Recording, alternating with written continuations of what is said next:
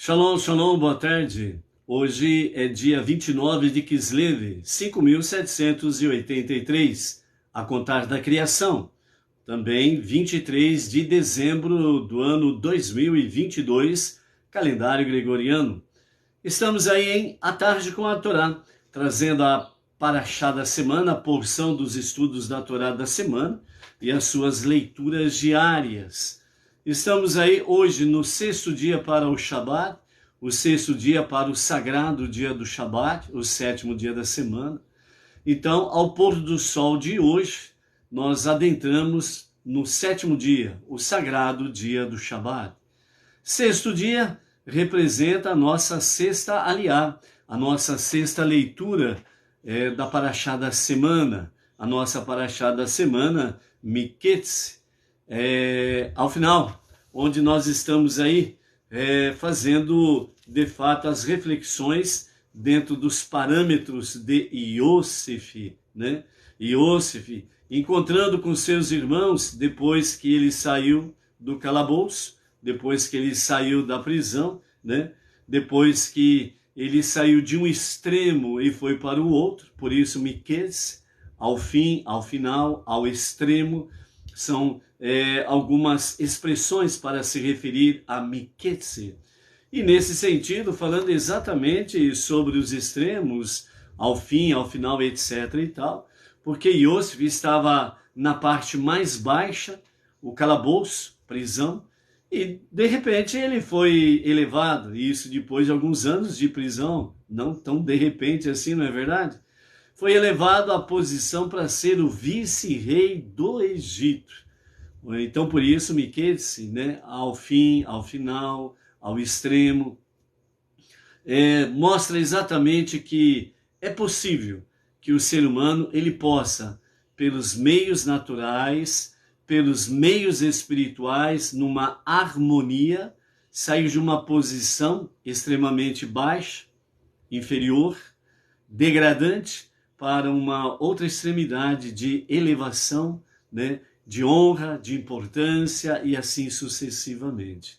Então, nesse aspecto aqui, né, falando de extremos, não tem nada a ver em absoluto com os extremos da vida, da política, os extremos que as pessoas vão, né, o extremo mais baixo da sua vida por falta de ética, moral e espiritualidade, e nem por uma questão de excesso, né, de ética, moral e espiritualidade. Dentro desse campo, obviamente, os extremos, eles entram de fato em choque, ok? Aqui, o Miketz, a nossa Parashá, ela está falando de uma situação em que o ser humano pode ser encontrado, realmente, momentos em que ele se encontre muito baixo no seu sentido espiritual, se envolve, né, com seus sentimentos de derrota, frustração ou coisas semelhantes, diante de um teste, diante de uma prova, né, ele não consegue vencer, não consegue prevalecer, então ele se sente muito decaído, né? Mas aí quando ele reage, espiritualmente falando, e na nossa aliá de hoje, né, a nossa sexta aliá, nos fala, junto com a quinta, que nós vamos dar uma olhadinha hoje também, né, tendo em vista que ontem nós estávamos em trânsito e não foi possível entrar nem ao vivo nem fazer uma gravação, né? Então a Edna e eu, nós deixamos aqui as nossas escusas, apesar que nós enviamos um aviso meio tardio, né? Mas ontem nós estávamos em trânsito, né? Com consultas médicas, vários exames, etc. e tal, né? Rogamos as preces dos amados, né? Para que os resultados e o retorno aos médicos, né, sejam realmente problemas tem, que o Eterno permita revelar os problemas, mas com ele traga, como diz, né, refuah shelema, né, soluções práticas, cura completa, né, sem sequelas, né, sem sequelas, ok? Então contamos com as preces dos amados. Então, as nossas escusas aqui pela nossa ausência no dia de ontem, ok? Então, em trânsito ficou difícil. Então, é isso daí. Então, nesse sentido aí, né, amados, é exatamente questão das provas, dos momentos que nós passamos nos testes e às vezes a gente vê que não correspondemos de uma forma agradável a Deus, e a gente acaba se frustrando e a gente entra num, entre aspas, num calabouço, né? Pela frustração. Mas aí na hora que nós reagimos, né? E exercemos o poder da prece, e acreditamos, confiamos em Deus, então Deus usa a nossa prece, a nossa sensibilidade espiritual, o momento dessa nossa techuvá, né, para com Deus, para realmente sermos erguidos, né, sermos elevados. Então nós saímos de um extremo e vamos para o outro. É dentro desse aspecto aqui, ok? Então que nós possamos aí realmente compreendermos estas questões, que sim, é possível o Eterno nos tirar de um momento muito baixo da nossa vida, de pressão, depressão, né, pessimismo, derrota e coisas semelhantes, e nos elevarmos a um patamar, né, a partir do momento que nós confiamos nele, a partir do momento que nós exercemos o poder da prece pela fé, elevando a ele, né, as nossas petições. Então nós podemos contemplar Deus usando a própria natureza, os meios, as circunstâncias para nos elevarmos realmente a um patamar espiritual, e assim nós possamos contemplar realmente a glória de Deus em nossas vidas e através das nossas vidas, ok? Então é nesse sentido que nós estamos aí nesse sexto dia para o Shabat, nos preparando para adentrarmos no sagrado dia do Shabat. Lembrando que hoje, né, nós temos aí então duas situações em uma única ação, que é exatamente as luzes de Hanukkah e as luzes de Shabat. Então, as luzes de Shabat hoje será às 18 horas e 33 minutos. Então, neste horário, acendem primeiro as 6 luzes de Hanukkah, primeiramente as luzes de Hanukkah, e em seguida as 2 luzes especiais para o Shabat, ok? Então, nesse sentido, acende-se primeiro as luzes de Hanukkah e depois as luzes de Shabat. Lembrando de um simples detalhe também, que o local onde você escolhe para acender as luzes, no caso específico dessa semana até domingo à noite, estamos em Hanukkah, então aonde você escolhe para acender as luzes de Hanukkah, né, um lugar em que pessoas externas à sua casa possam enxergar as luzes de Hanukkah. A partir daquele momento você não pode mais mexer nela, tem que deixar elas ali, né? Se houver um problema aí de um lugar externo onde possa haver chuva, um vento forte que poderá apagar as luzes, né, as chamas da vela, então aí você remove para um lugar, sempre procurando um lugar em que mesmo na janela, com a janela fechada, mas tendo o brilho das luzes externa para quem possa enxergar, ok? Aí você pode remover. E as luzes de Shabat sempre, sempre e sempre também na mesma situação.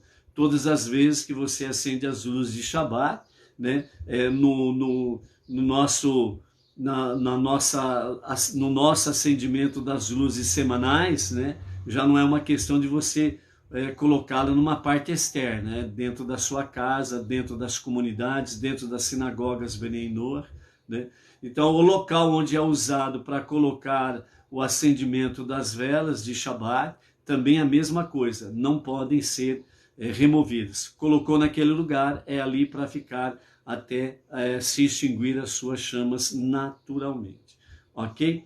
E ao pôr do sol de hoje, então nós estaremos aí no sexto dia de Hanukkah, então estaremos acendendo as 6 luzes de Hanukkah, né?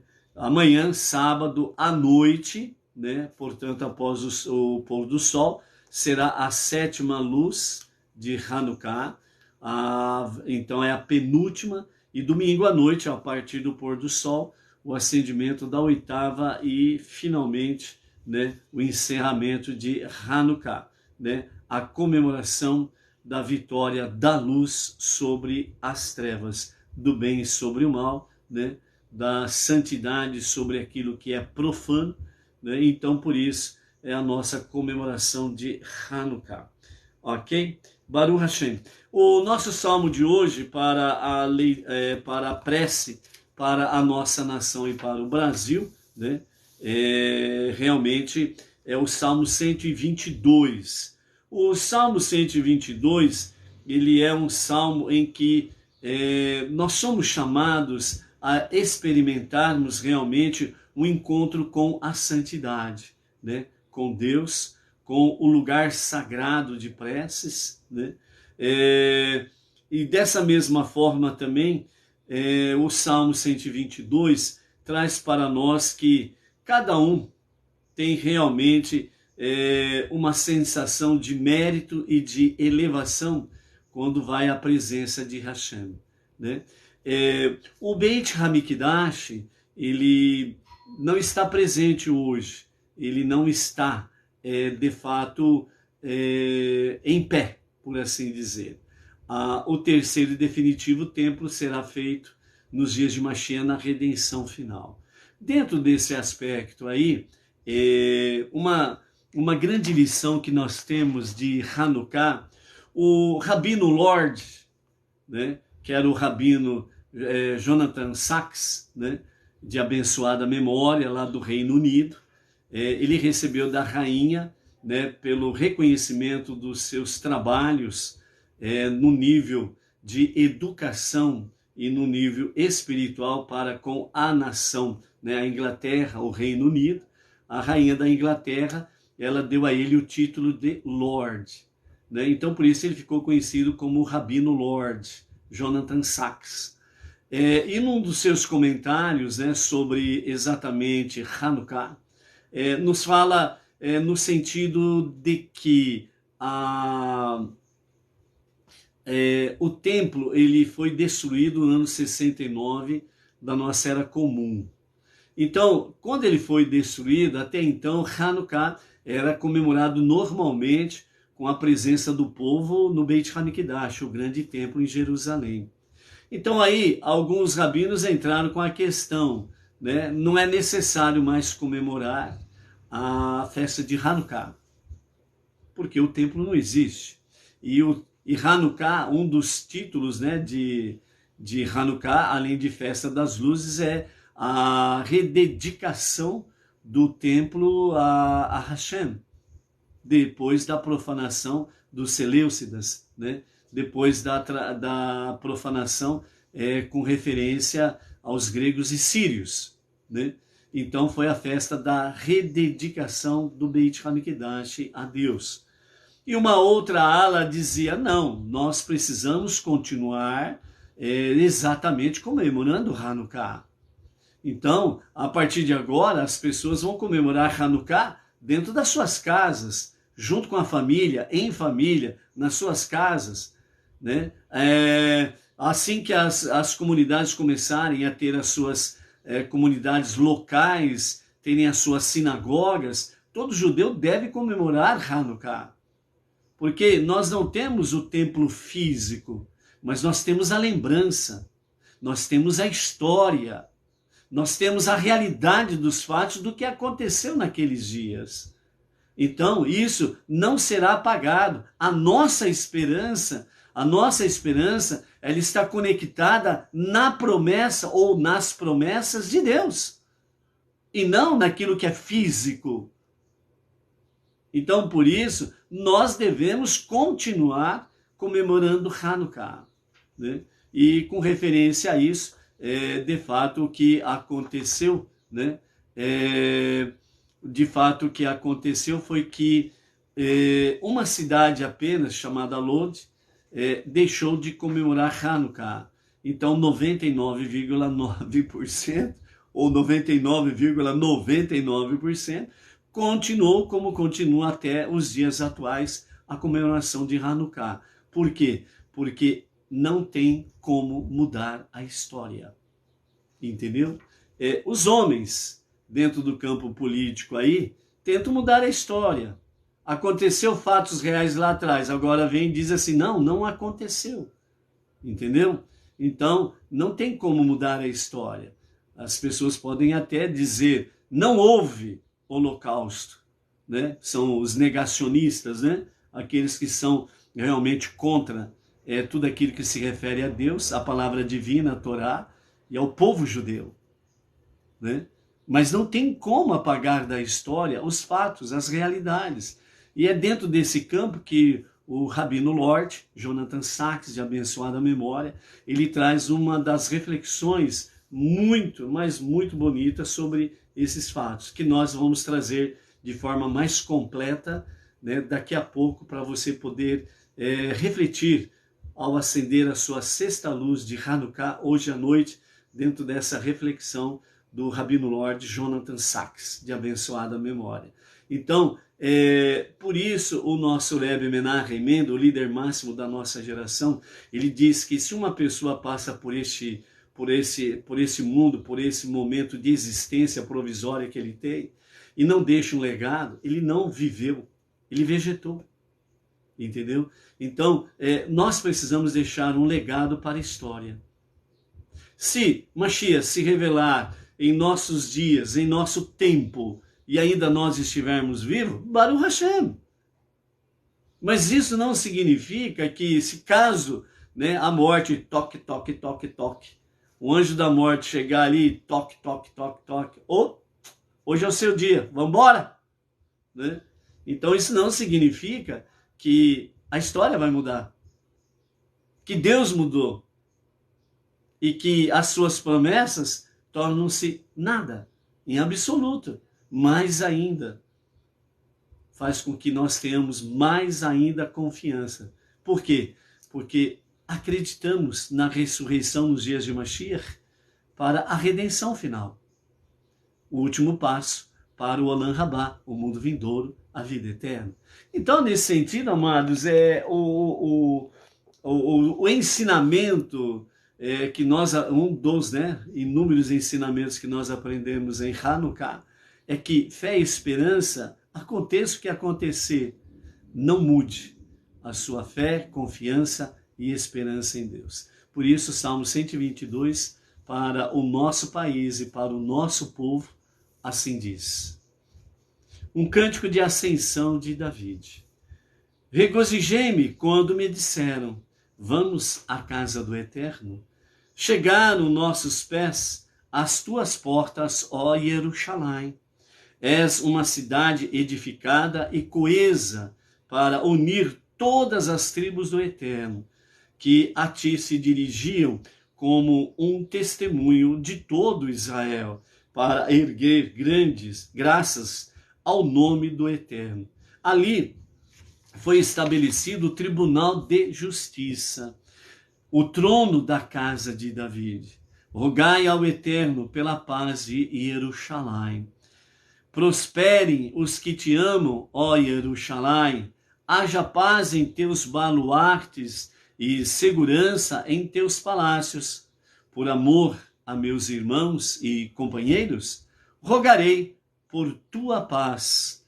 Por amor à casa do Eterno, nosso Deus, buscarei sempre o teu bem. Aqui está realmente a graça bendita que o Eterno tem para as nossas vidas. Aquilo que nós acabamos de mencionar sobre a questão do Rabino Lord, Jonathan Sacks, de abençoada memória. É um contato com a santidade.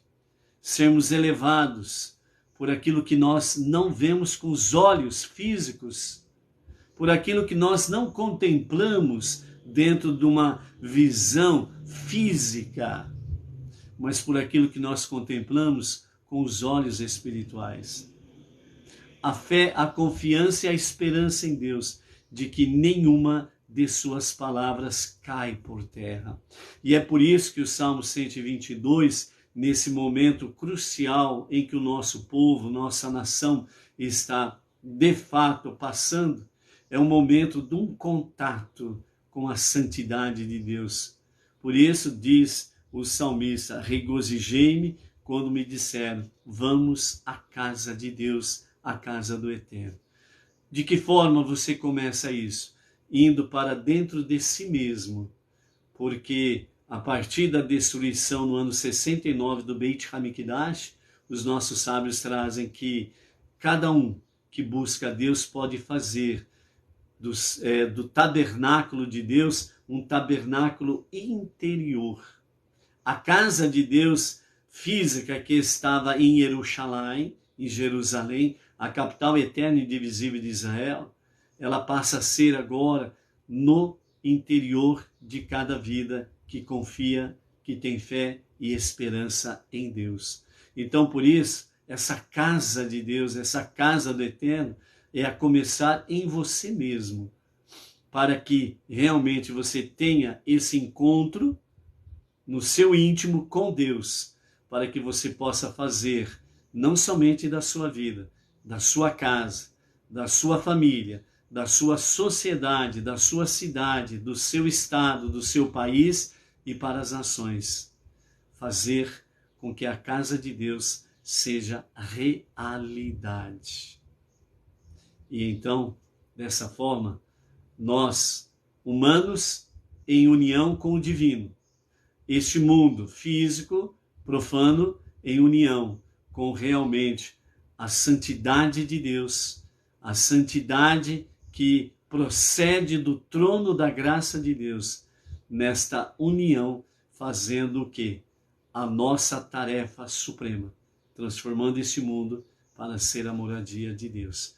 Por isso, esse é um momento em que nós precisamos estar com esses pensamentos, com as nossas preces nesse sentido, e bem como levar às pessoas essa questão, essa realidade, né?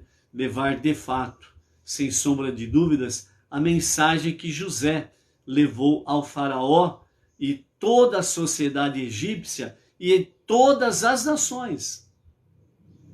Ele não levou acusações ao Egito, ao faraó, aos povos. Ele levou ao faraó, ao Egito e aos povos, ele levou a santidade de Deus, ele levou a casa de Deus e ele transformou o próprio Egito na casa de Deus.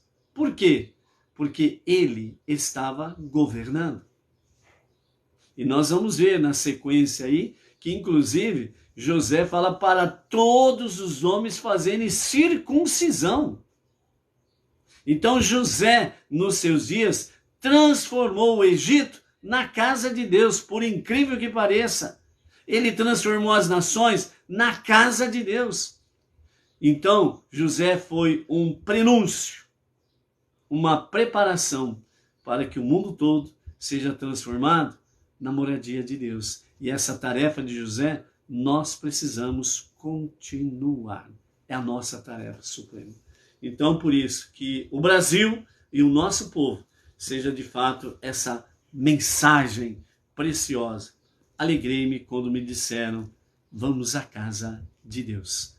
Fazer das nossas vidas, das nossas famílias, das nossas comunidades Benei Noach, das nossas sinagogas Benei Noach, uma casa de Deus, onde as pessoas possam olhar para estas localidades, contemplarem que de fato Deus, o Deus que criou todas as coisas, o Deus único Criador, o Deus único e o Deus único Salvador está neste lugar, nestas vidas, levando de fato o monoteísmo com fundamento judaico e orientação rabínica. Você é o grande embaixador, o grande emissário de Deus. Não perca essa oportunidade preciosa. Ok? Baruch Hashem. Então, ao pôr do sol de hoje, nós temos aí a sexta noite, a sexta chama, que será acendida. Então, naquelas mensagens que nós temos aí, né, neste fim de semana, né, a sexta, a sétima e a oitava chamas, além de nós completarmos aquelas 8 mensagens que os nossos sábios nos trazem sobre a questão do porão, da escadaria, bem como a entrada, né, o hall de entrada. Também nós tivemos aí a questão de os sentidos, né? A sala de jantar. Ontem, o quinto dia, nós tivemos aí a questão de o desafio, que é o pátio externo e a vontade interior. E hoje, ao pôr do sol, nós temos aí a sexta chama, que está dedicada ao renascimento e o quarto de dormir. Então, antes de trazermos a mensagem do Rabino Lord, nós vamos falar sobre essas duas mensagens. Ontem, à quinta noite, o desafio, o pátio externo e a vontade interior. Essa quinta noite, ela é dedicada à mamãe Hannah e os seus 7 filhos, né? O desafio, o pátio externo, a vontade interior. Nesse sentido aqui, nós temos dentro da história dos dias dos Macabeus, um momento muito crucial para Hannah, a mãe de 7 filhos, que Antíocos tentou fazer com que ela viesse se reabandonar a sua fé monoteísta. Então, eles disseram para Hannah, né? Se você não abandonar a sua fé monoteísta, nós vamos matar os seus 7 filhos, um a um, na sua frente, diante de você. E então Hannah, ela ficou ali no pátio, né, diante desse desafio, o pátio externo, diante desse desafio. E a sua vontade interior, mostrando a realidade de que o pátio externo é o campo do desafio. O que você tem fora da sua bolha, fora do seu quadrado, é o pátio externo, é o desafio. Você vai encarar o desafio ou você vai ficar trancado em casa? Você vai aceitar o desafio, vai enfrentar o desafio, custe o que custar, ou você simplesmente vai obedecer o sistema e você vai se acovardar, tornar-se omisso, ficar em cima do muro, escondidinho, bonitinho. Eu não me envolvo com política, eu não me envolvo com isso, eu não me envolvo com aquilo, eu não me envolvo com A nem com B. E não é essa a questão, a questão é envolver-se com princípios, com valores. Como os macabeus, os sacerdotes. Já pensou se eles tivessem ficado omissos em cima do muro? Além de serem dominados e mortos, o judaísmo em si teria sido apagado da face da terra. Ia ser bonito isso? É a mesma coisa de Hannah. Então eles usaram uma mãe para persuadir todas as mães judias para que, diante dela, os seus 7 filhos seriam mortos um a um, e de forma mais cruel do que o outro. Imagine uma morte cruel para uma mãe de um filho à sua frente, na sua presença, sem ela poder fazer absolutamente nada. Imagine isso multiplicado por 7 vezes. Por isso, o pátio externo é o desafio. E a vontade interior é não negar a sua fé monoteísta. E você precisa decidir. Ficar em casa não é a melhor escolha. Ser omisso, muito menos. Ficar em cima do muro, Deus nos livre disso. Entendeu? Você é inteligente. Então, dentro desse aspecto, né, realmente Hannah, ela foi testada, provada e realmente muito bem provada a sua força de fé e esperança. Os seus 7 filhos foram mortos na sua presença, cada um de forma mais cruel do que o outro. E o seu último filho, o pequeno menino, né, o seu 7º filho, o caçula, na sua adolescência já, sendo a sua vida ceifada.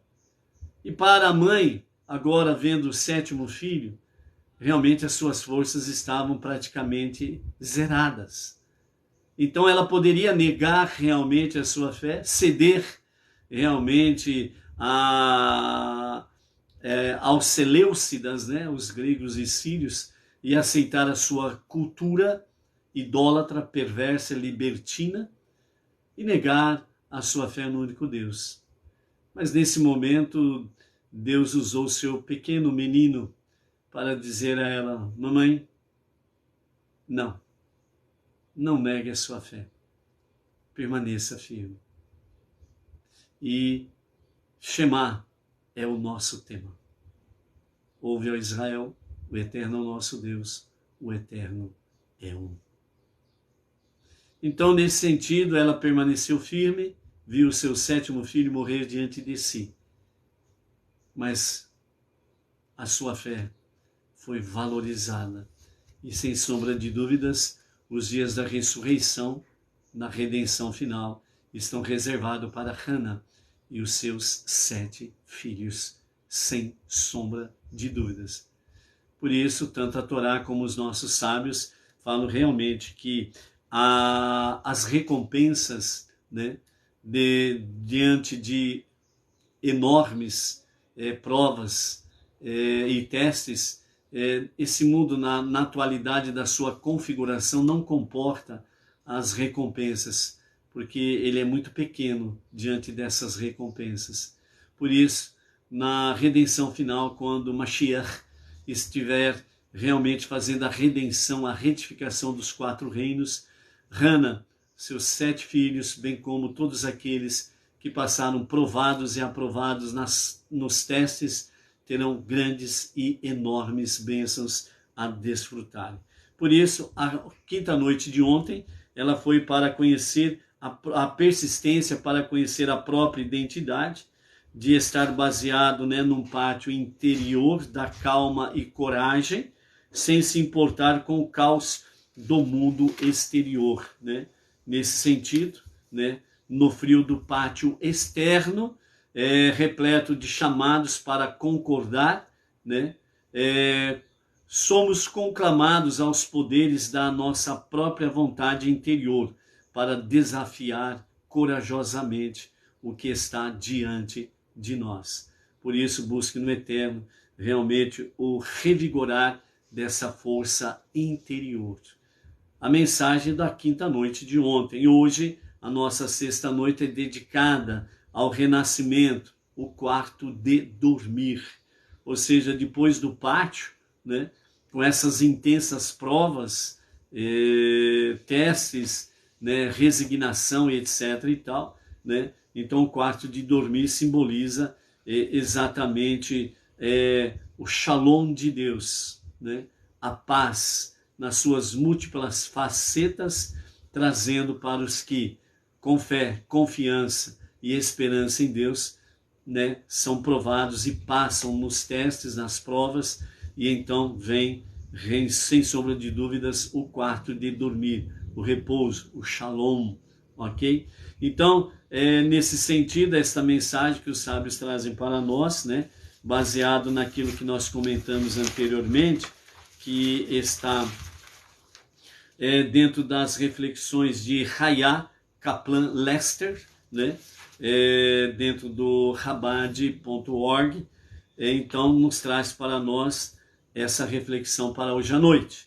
Seus olhos estão nublados por baixo de uma canópia, seus membros sobre lençóis, em sua boca há um último suspiro.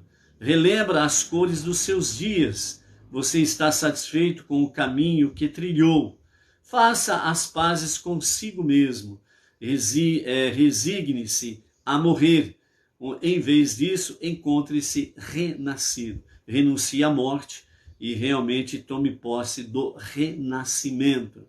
A sexta noite nos leva ao quarto, pintado com cenas do ser em seus diversos estágios, as mesmas 4 paredes decoradas e redecoradas. Durante uma vida, testemunhou muitas vidas, muitos corpos gastos e abrigados, personalidades desenvolvidas e descartadas, muitos nascimentos e também muitas mortes. Assim como o templo de Jerusalém foi perdido e achado, e perdido novamente, a destruição dos 2 templos. Da mesma forma, estamos para sempre caindo e redefinindo, perdendo e reencontrando um novo começo nascido em cada fim. À noite, coloca a minha alma para descansar aqui. Minha respiração diminui, o mundo se afasta, experimento o fim de tudo. somente para sonhar e ser renascido sem fardos. Pela manhã, o despertar. A cama é um suave casulo, um útero, um túmulo, uma sala de rejuvenescimento. Essas são as 4 paredes do renascimento, onde a cama do nascimento se torna o leito da morte, o anseio para terminar, porém, é começar tudo de novo. Por isso, ao despertar, o Modé Ani. As 6 chamas se erguem da cinza como uma fênix, revivendo a vida em sua volta circular. Embora a história seja uma espiral com curvas, a redenção está ao final da linha, né? Apesar da redenção ter várias curvas como uma espiral, mas no final da linha nós temos a redenção final com Mashiach, ok? Então essa mensagem aqui é dentro desse escopo, né?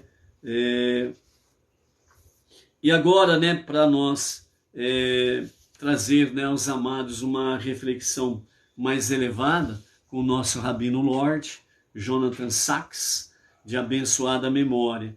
Então ele nos fala a respeito desta 6ª chama à noite. Preste atenção, não perca o foco. Uma mensagem para a 6ª noite de Hanukkah. Todos nós conhecemos os milagres de Hanukkah, a vitória militar, o milagre do óleo. Então são 2 milagres que nós conhecemos muito bem, mas o nosso Rabino Lord, ele traz para nós um 3º milagre, que de certa forma é pouco difundido, mas é uma realidade. O 3º milagre de Hanukkah.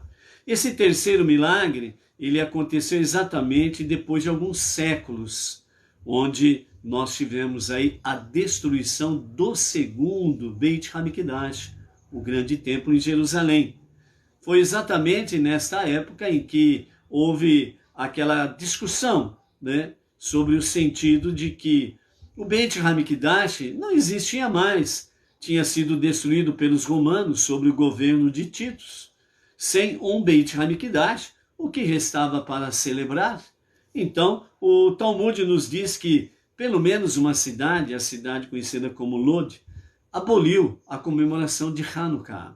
Porém, podemos, finalmente, a outra opinião, né, de que deveria-se continuar celebrando Hanukkah, prevaleceu. Então, a festividade de Hanukkah continuou sendo, de fato, comemorada por 99,99% do povo judeu, através da sua história desde o ano 69 da nossa Era Comum, após a destruição do 2º Templo. Porque embora o Beit HaMikdash foi destruído, a esperança judaica não foi. Podemos ter perdido o edifício, mas ainda temos a história, a lembrança, a luz. E aquilo que tinha acontecido na época dos Macabeus pode ocorrer novamente. Portanto, quando você acender as velas, as chamas de Hanukkah, lembre-se disso. O povo judeu manteve viva a esperança, e a esperança manteve o povo judeu vivo até os dias de hoje. Somos a voz da esperança na conversa da humanidade. Ou seja, se a voz da esperança judaica do povo judeu tivesse se apagado, o mundo não teria motivo para continuar a existir. Então o zero absoluto seria uma realidade. Mas o povo judeu é a voz da esperança para a humanidade. Por isso, o monoteísmo com fundamento judaico e orientação rabínica continua esta voz da esperança. Por isso, nós, Bnei Noach, estamos aí para dar continuidade à voz da esperança do nosso irmão mais velho, o filho primogênito de Deus, o povo judeu. E é por isso que nós, Bnei Noach, comemoramos, ombro a ombro, com o nosso irmão mais velho, o povo judeu, a festa de Hanukkah, para que entre as nações saibam que a voz da esperança não se apagou, mesmo não tendo o templo lá em Jerusalém. Então, para algo no espírito humano, que é bem conhecido, sobrevive até as piores tragédias, permitindo-nos reconstruir vidas abaladas, instituições quebradas e nações ofendidas. Essa é a história judaica. Os judeus sobreviveram a todos os ataques, expulsões, perseguições, pogroms, até sobreviveu ao Holocausto, porque eles nunca desistiram da fé de que um dia seriam livres para viver completamente como judeus, sem medo no mundo. E por isso continuam com a sua fé e esperança e confiança em Deus, de que os dias de Mashiach serão uma realidade. A construção do terceiro e definitivo templo é uma realidade. E que os dias de Mashiach trará esta liberdade plena para o povo judeu viver sem medo a sua fé judaica. Então, por isso, dentro desse campo, nós temos um campo dentro da vida judaica chamada de o campo da educação.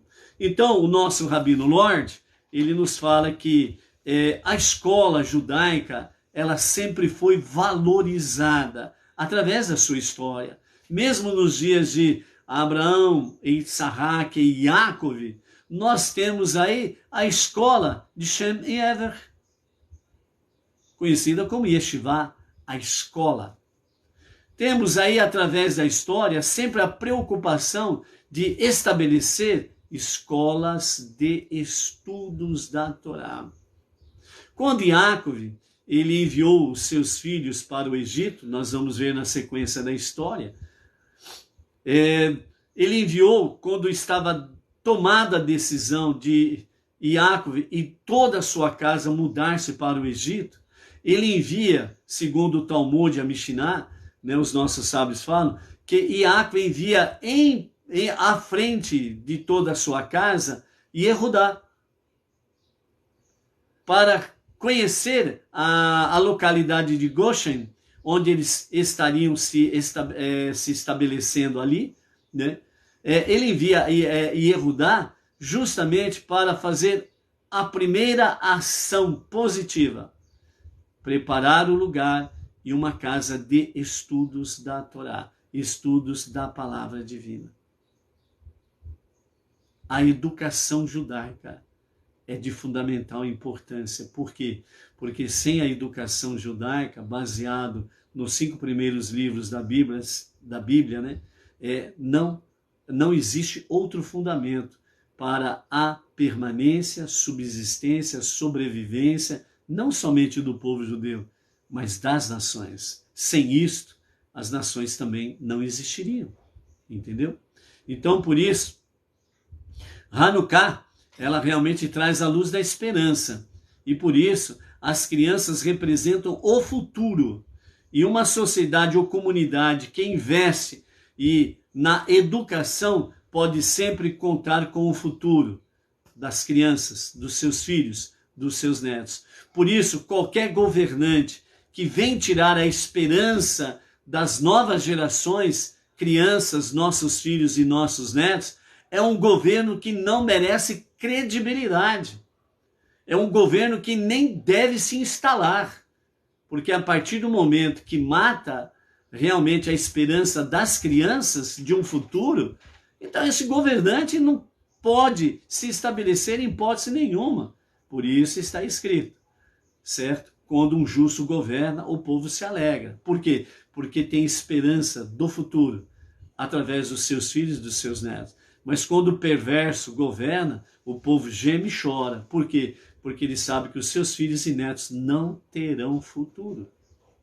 Então, desde o princípio, o povo judeu sempre valorizou a educação dos pequenos.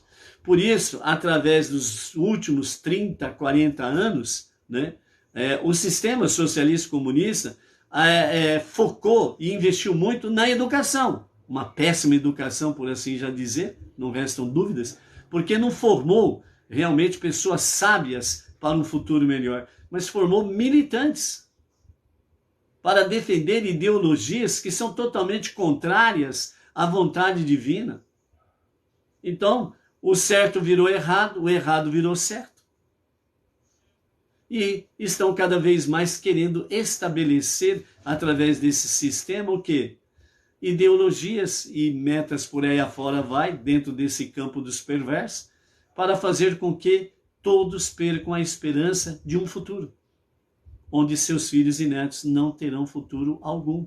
Então, dentro desse campo, as crianças com as escolas judaicas provam que o povo judeu tem superado milhares de anos de adversidade e perseguição. Por quê? Porque eles não formaram militantes, eles formaram pessoas sábias, entendidas, pessoas que têm temor e amor a Deus, pessoas que têm amor pela família e amor pela liberdade, e lutam e têm prevalecido através dos milhares de anos em suas adversidades e perseguições, têm prevalecido. Por quê? Porque a educação ela é fundamentada naquilo que é real e verdadeiro e eterno, a Torá, a palavra divina. Por isso, consciência de Deus, consciência de família e consciência de liberdade sempre foram o foco do nosso irmão mais velho, ok? Por isso, Hanukkah, não esqueça isso, Hanukkah é a história da esperança e da educação inextinguível.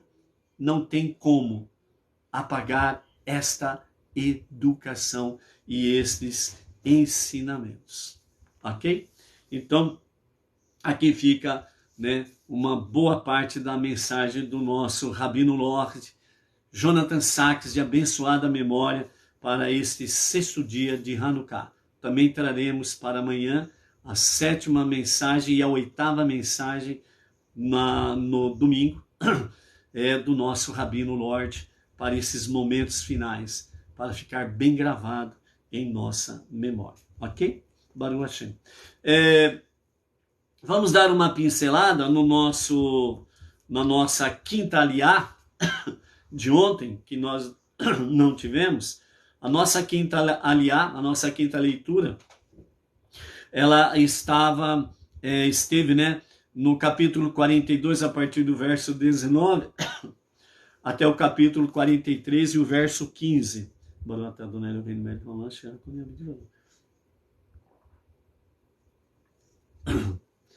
Então, nessa quinta aliá, nós tivemos aí a questão do arrependimento dos irmãos de Yosef. Quando que realmente os irmãos de Yosef, eles começaram a se arrepender, né? Então, em duas reflexões que nós temos aqui, é que a Teshuvá, o retorno a Deus para um verdadeiro e genuíno arrependimento, ela pode conter várias facetas.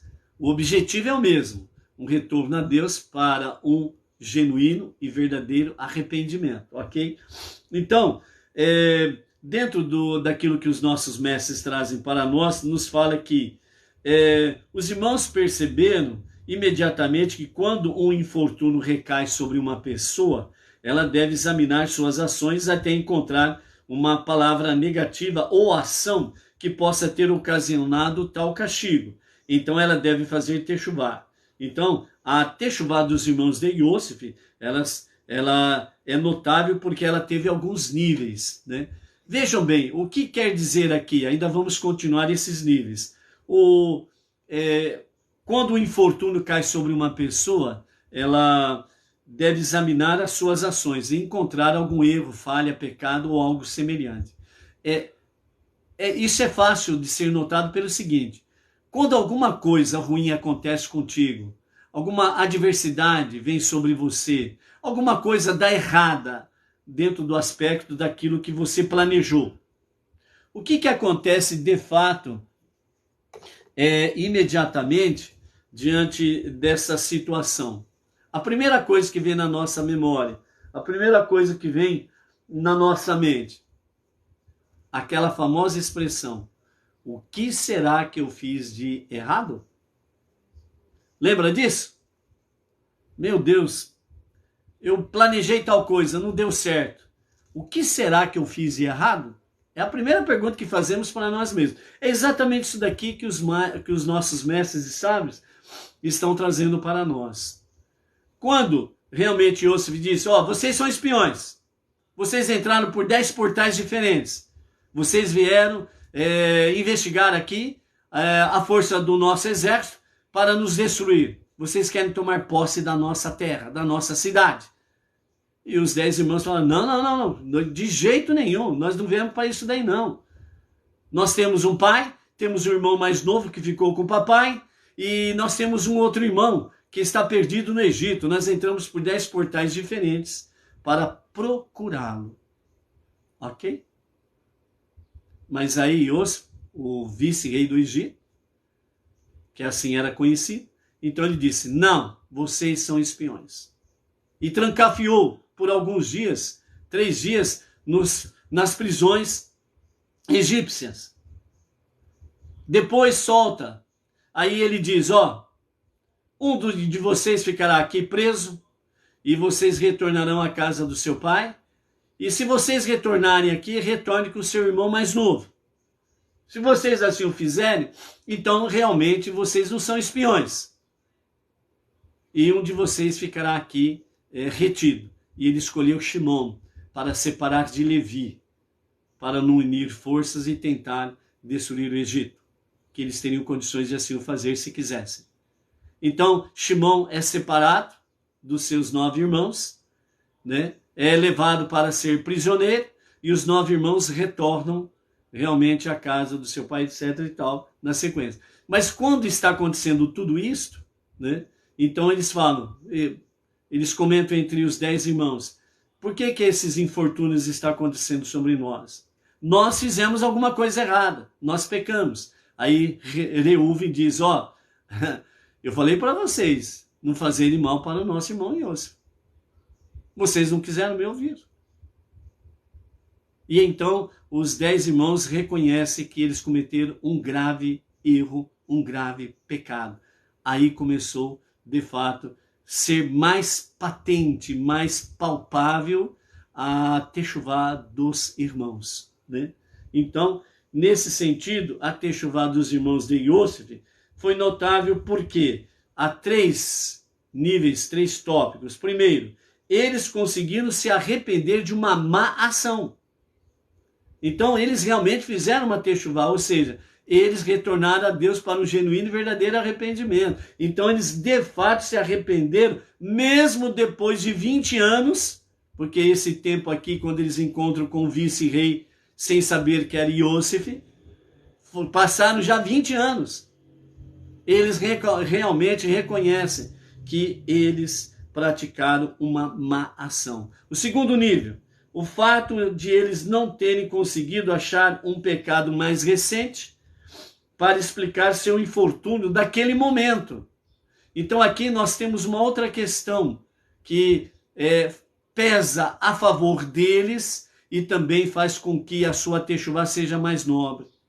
Quando eles pesquisam entre eles, nos últimos 20 anos, qual foi o pecado que eles cometeram, eles não acharam outro pecado a não ser apenas do José, deles terem vendido José. Então aqui mostra que durante os 20 anos posterior, o momento que eles venderam José, eles não pecaram, eles permaneceram tzadikim, pessoas justas. Olha o nível da techuvá. E o terceiro, a techuvá deles foi imediatamente efetiva, pois reduziu o castigo. E Yosef tinha prometido prender um dos irmãos, mas depois que os irmãos fizeram techuvá, Shimon foi libertado. Da mesma forma, o comportamento severo de Yosef em relação a eles mudou, pois lhes foi dado comida, dinheiro devolvido, né, durante as passagens aqui que nós temos visto, e efetivamente, como resultado de sua techuvá, Yaakov e toda a sua família foram salvos da fome, né?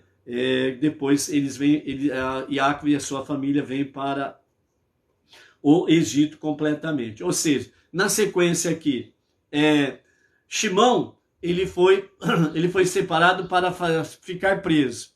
Então, nesse cenário, Iosif continuou aparentemente aquela pessoa severa, né? Ele restitui o dinheiro, cada um dentro do saco de alimentação, devolve o dinheiro deles, dá comida para eles, faz eles retornarem para a casa do pai Yaakov, com a promessa de que retornam com Beniamim, ok? E Shimão ficou retido no Egito para ser prisioneiro, mas Iosif não permitiu que Shimão ficasse nas prisões. Ele foi tirado da prisão e ele foi colocado em uma casa para que ele pudesse ali, até o retorno dos seus irmãos, poder viver normalmente. E ele tinha liberdade. E dentro desse aspecto, ele era sustentado diariamente, etc. e tal. Então ele não ficou como um prisioneiro. E depois que retorna os seus irmãos, ele relata aos seus irmãos essa questão em si, que ele não ficou e nem foi tratado como um prisioneiro, ok? Então, são os 3 níveis aqui de Teshuvá que nós encontramos aqui nesse primeiro sentido. Num segundo sentido aqui, né, também o nosso Rebbe Menachem Mendel, ele comenta sobre essa questão desses 3 níveis, dizendo o seguinte: primeiro, ao descerem ao Egito, os irmãos começaram a lamentar a venda de Iosif. Ou seja, quando eles têm a notícia, lembram que Yaakov repreende os seus filhos porque eles estavam se exibindo.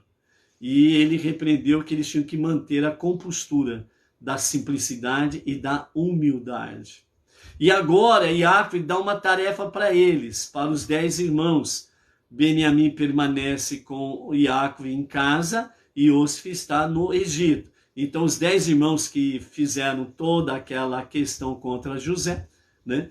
Então Yaakov dá uma ordem para ele: vocês vão para o Egito. Ou seja, agora os 10 irmãos, eles vão sair de cima para ir para baixo. Porque sair da terra prometida, ir para qualquer lugar do mundo, é sair do mais elevado e ir para níveis inferiores.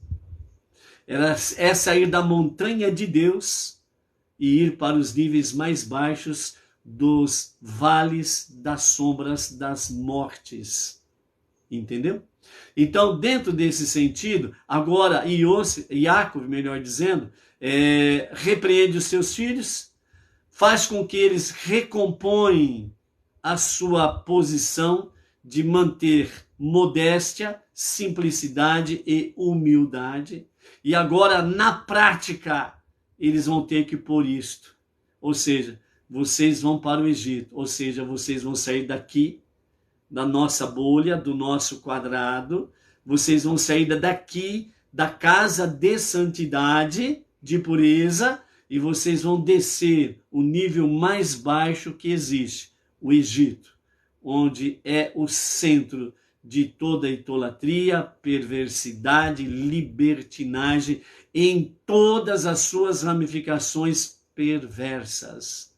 Isso foi um baque para eles, porque eles tinham decidido serem tzadikim, justos eremitas, isolando-se de tudo e de todos. Agora eles vão ter que se misturar com toda a perversidade do Egito, sem perderem sua qualidade de tzadik, de justo.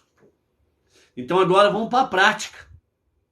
Agora eles vão entrar nesse mundo perverso. O desafio é fazer com que as faíscas divinas, da centelha divina, sejam afloradas nas pessoas. E isso vai ser concretizado com Iosif e toda a casa de Yaakov no Egito. Ok? Mais para frente. Então, nesse sentido aqui, nessa primeiro tópico, ele fala, né? Ao descer, os nossos sábios, ao descer ao Egito, os irmãos começaram a lamentar a venda de Iosif. Então, nesse momento, eles estavam sendo, de fato, num aprendizado, numa apuração ou purificação, eles estavam sendo purificados do seu mal, do seu pecado. Por isso eles começaram a lamentar a venda de Iosif, aquela caravana que ia levá-lo para o Egito. Então, todo o trajeto que eles tiveram de Canaã ao Egito, naqueles dias que eles tiveram esses momentos de lamentar e se arrepender verdadeiramente, por ter causado um grande sofrimento ao seu pai. Porque o maior sofredor foi o pai Iácobe. O segundo aspecto aqui, quando eles se viram em terrível apuro nas mãos do governador do Egito, que eles não sabiam que era Iosif, né? Eles começaram a admitir que a venda de Iosif fora de fato um pecado, e eles confessaram isto verbalmente. Então vejam bem, no primeiro nível, eles reconhecem que o erro deles foi por ter causado uma grande dor, um grande sofrimento ao pai Iácobe. No segundo nível, que são os mesmos níveis de valores diante de Deus, ok? No segundo nível, eles reconhecem quando eles estão em apuros nas mãos do governador, que eles não sabiam que era Iosef. Então, eles começam a admitir de fato que a venda de Iosef foi um pecado. Não foi um erro, foi um pecado. Não foi uma falha, foi um pecado. Ou seja, eles reconheceram que a ação deles foi realmente algo terrível aos olhos de Deus, um pecado. Porque eles fizeram de forma consciente a venda de José. Por isso, pecado. Então, eles confessaram isso verbalmente, quando eles começaram a conversar entre si, no hebraico, achando que o governador não entendia. Eles não sabiam que era Iosif, e portanto eles não sabiam que o governador entendia o hebraico. Então ali, naquele momento em hebraico, eles confessam o pecado. Esse é o segundo nível. E o terceiro, então Reuven disse-lhes que esta techuvá era insuficiente. Aquela techuvá que eles estavam fazendo naquele momento ainda era insuficiente, porque foram motivados por fatores externos. A situação externa é que provocou essa techuvá. Então ela era insuficiente. Por quê? Porque a verdadeira techuvá, ela precisa vir de dentro da pessoa. Lá do seu interior. Então, os irmãos, por conseguinte, entenderam porque o ato em si estava errado, a despeito das consequências que ele ocasionara. Então, eles sabiam que eles precisariam ainda fazer uma techuvá mais profunda.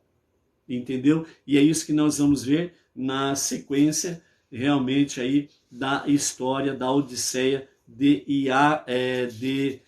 José e os seus irmãos no Egito. Ok? Então, por isso, no finalzinho da quinta aliá, no capítulo 43, verso 14, está escrito que Deus, Iácobe, né, ele faz uma prece para os seus filhos que vão descer ao Egito, né? Então ele diz assim, que no verso 14 do capítulo 43, que Deus Todo-Poderoso faça com que o homem tenha misericórdia de vocês. Está se referindo ao governador do Egito, que eles não sabiam que era Iosef. E os deixem retornar em companhia de seu outro irmão Shimon, que ficou prisioneiro lá no Egito, que até então eles não sabiam que ele não ficou como prisioneiro de fato, e de Beniamim, que agora está indo com vocês e que retorne também com vocês, certo? Até a sua volta, eu, Iácobe, me considerarei destituído de meus filhos por causa da incerteza. Ou seja, naquele momento, Iácobe, com a partida dos seus 10 filhos, mais Beniamim e José, que estava no Egito, então, nesse momento, Iácobe, ele estava destituído dos seus 12 filhos. Então, por isso, nos comentários de Irache, né, esse momento, Iácobe, ele se considerava destituído dos seus filhos por causa da incerteza, se voltariam ou não. E como eu fui destituído de Iosif e de Shimon, Iácobe continua dizendo, né, que Iosif não sabia o que tinha acontecido com ele, e Shimon ficou preso lá no Egito. E eu agora estou privado também de Beniamim. Então, nesse momento, Iacove, ele é despido de toda a sua honra e glória dos seus 12 filhos. E ele fica, no sentido espiritualmente falando, ele fica só, absolutamente só. Ok? Então, por isso ele faz uma prece. Então, nesse momento, o que é que nós aprendemos antes de entrarmos na sexta porção? Os nossos mestres dizem que então Iacove advertiu seus filhos, mesmo que seja verdade, como você diz, que não há nenhum perigo aqui, ainda assim você precisa rezar a Deus. Não reze a Deus apenas quando você sente que é uma emergência. Você precisa da ajuda dele também para um plano natural ter sucesso. Então aqui dentro desse aspecto, né, os nossos mestres estão dizendo, não pense em rezar a Deus apenas no momento de emergência. Todo dia, faça as suas preces. Quando você tem algum projeto, alguma coisa pela vida afora, faça uma prece para você ter sucesso naquilo. Mesmo quando as coisas estão serenas, calmas, tranquilas, faça uma prece para que você não perca a vigilância, a prudência. Porque quando as coisas estão bem, o perigo nosso é maior. Porque temos uma grande possibilidade de relaxarmos na vigilância e na prudência. As coisas estão bem, está tudo legal. Eu não dependo de Deus e de ninguém. Isso que é terrível. Porque as coisas estão bem. Esse é um perigo quando as pessoas chegam realmente a uma conclusão dessa. Eu não dependo de Deus porque está tudo jóia. Eu não dependo de ninguém porque eu tenho o suficiente ou até mais do que o suficiente. Entendeu? Esse é o maior perigo, quando a calmaria está estabelecida. E quando nós perdemos isto, Deus não perde tempo e manda logo umas trovoadas, relâmpagos, né, raios, para que a gente volte à vigilância e à prudência. Entendeu? É isso daí. Então, nesse sentido todo, é inevitável que nós venhamos realmente perder, né? Não podemos, em hipótese nenhuma, e de forma inevitavelmente, perdemos a vigilância e a prudência. Então, Deus é o único provedor, vindo a bênção de maneira natural ou milagrosa. De forma natural ou milagrosa, a bênção é de Deus. Ah, eu fiz um concurso, estudei muito e passei pelos meus méritos. Negativo. Você passou de uma forma natural, porque Deus permitiu você passar. Ou seja, o você se preparar e você ter a sabedoria suficiente para poder passar no concurso, foi uma forma de milagre natural que Deus fez. É isso que nós precisamos reconhecer quando as coisas vêm de forma natural. Não foi pela minha força, não foi pela minha sabedoria e etc, etc, etc e tal, exclusivamente.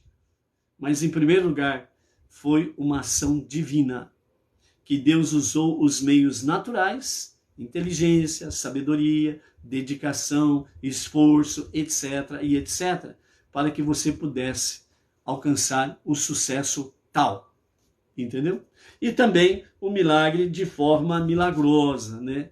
Que escapa de fato aos nossos esforços seculares, etc e tal. Ou seja, em qualquer situação, nós não podemos jamais esquecer, eu dependo de Deus para tudo, absolutamente para tudo mesmo, ok? Então cuidado em inverter, né? Aquela questão assim, eu fiz, eu conquistei, eu mereço, eu não sei o que lá. Você está excluindo Deus dessa história e isso é perigoso, ok? E então nós adentramos dentro da nossa sexta aliá, né? Iosif reconcilia-se com seus irmãos, no capítulo 43 de Gênesis, a partir do verso 16 até o verso 29, né? Onde nós temos aí um momento em que os irmãos chegam diante de José, né? E ali então, quando José ele vê o seu irmão Beniamim, então ele determina realmente aos seus para que preparem, sem sombra de dúvidas, um delicioso jantar para todos aqueles hebreus e levá-los para sua casa própria, né? Para a residência oficial do vice-rei do Egito, né? Ali onde estariam a sua esposa, os seus filhos, para estarem nesse jantar com ele, Iosif. Então os seus irmãos foram levados para lá e de fato todos eles, quando se sentiram, estavam sendo levados para a casa de José, eles acharam que seriam prisioneiros e tornariam-se escravos de José, né?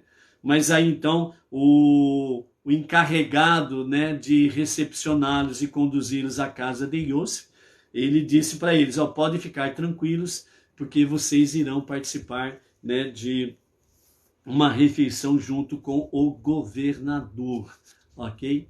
E aí então eles viram que de fato eles não seriam incriminados ou condenados ou presos, escravos, etc. e etc. Né?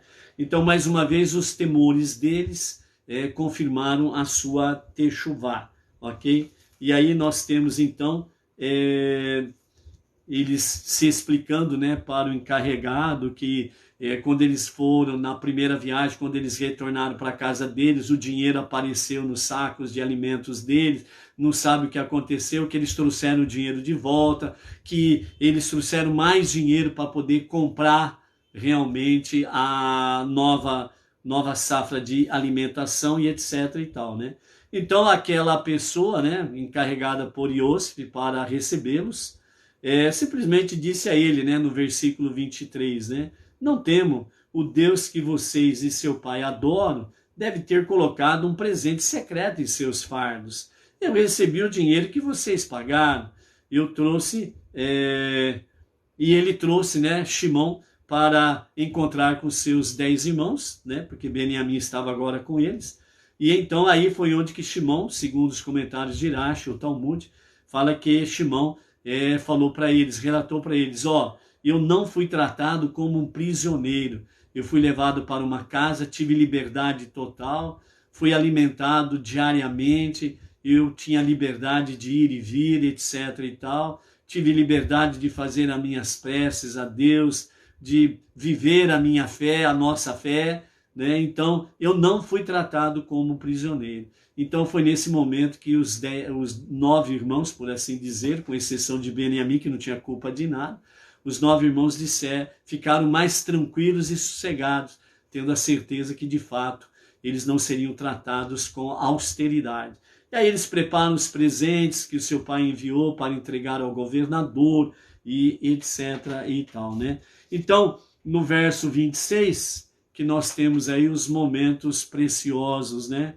Quando Iosif chegou à casa, eles o presentearam com os presentes que tinham trazido, e eles prostraram-se no chão para ele. Ele lhes perguntou sobre seu bem-estar, né, de cada um deles, e também sobre como que estava o pai idoso deles, né?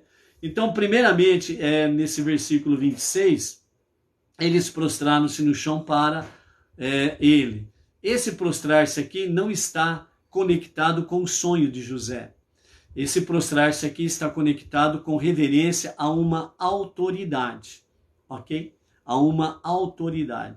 Então esse primeiro prostrar-se está conectado com essa questão. A autoridade, o governador, o vice-rei do Egito chegou e eles prostraram-se em reverência à autoridade do vice-rei do Egito, ok?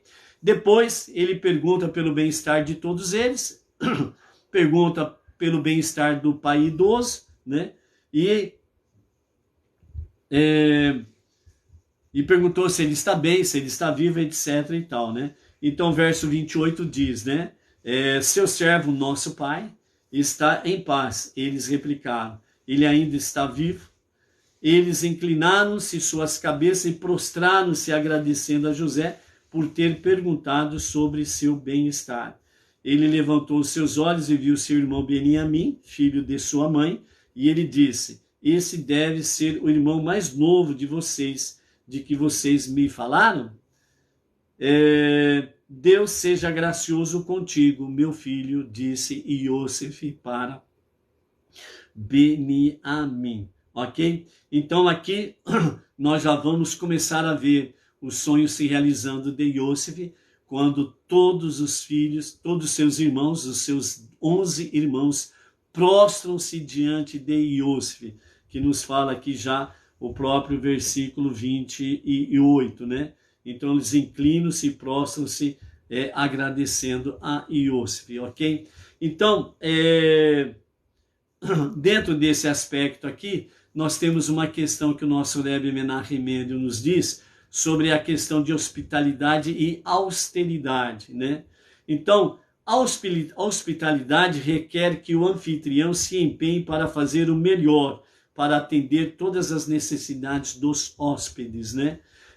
Então, nesse aspecto aqui, até mesmo quando eles não estão certos que os convidados vão comer tudo o que lhes foi preparado, o anfitrião deve sempre prover mesa farta, né? Então a hospitalidade exige de nós o seguinte: uma mesa farta para receber os hóspedes. Dentro desse aspecto nós aprendemos a seguinte lição: todas as festividades, inclusive de Shabat, que é uma festividade semanal, todas as festividades que nós fazemos a Hashem, para Hashem, nós somos os anfitriões. Então a nossa mesa precisa ser farta, né? Todos os presentes são, de fato, os anfitriões e, ao mesmo tempo, serão os hóspedes, porque vão comer por Deus, vão se alimentar por Deus, porque é uma festividade para Deus. Então, ao mesmo tempo que somos anfitriões, somos os hóspedes, né? Aqueles que se achegam realmente a casa, certo? Então, por isso, a mesa precisa ser farta. E não é aquela questão de você procurar o mais barato, né? Se não há condições de comprar o mais caro, obviamente você tem que comprar aquilo que é de boa qualidade e não procurar por preço, né? Porque existe aquela questão, né? Vamos procurar o mais barato. E aí você peca, no sentido de errar, porque você está trazendo para Deus uma oferta defeituosa, porque você está procurando o mais barato. Você precisa fazer o melhor. Você vai para as reuniões de Shabat, das festividades, as reuniões de estudos, etc, etc. Você precisa colocar a sua melhor veste. Não é exibicionismo. E também não pode faltar com a compostura, ser pessoas modestas, né? Realmente precisa manter uma conduta de boa compostura, não ir com trajes realmente indecorosos, né? Mostrando nudez e por aí afora vai. Você precisa sempre estar com aquela conexão com a santidade. Então nós precisamos procurar fazer o melhor. Mesmo dentro desse aspecto, quando você vai ajudar alguém, você precisa procurar fazer o melhor. Você vai ajudar uma família que está precisando de necessidade, né? Então o que acontece? Eu vou procurar uma cesta básica. Tem cesta básica 1, 2 e 3, por exemplo, de níveis 1, 2 e 3. Aí eu vou pegar o nível 1, que é o mais barato.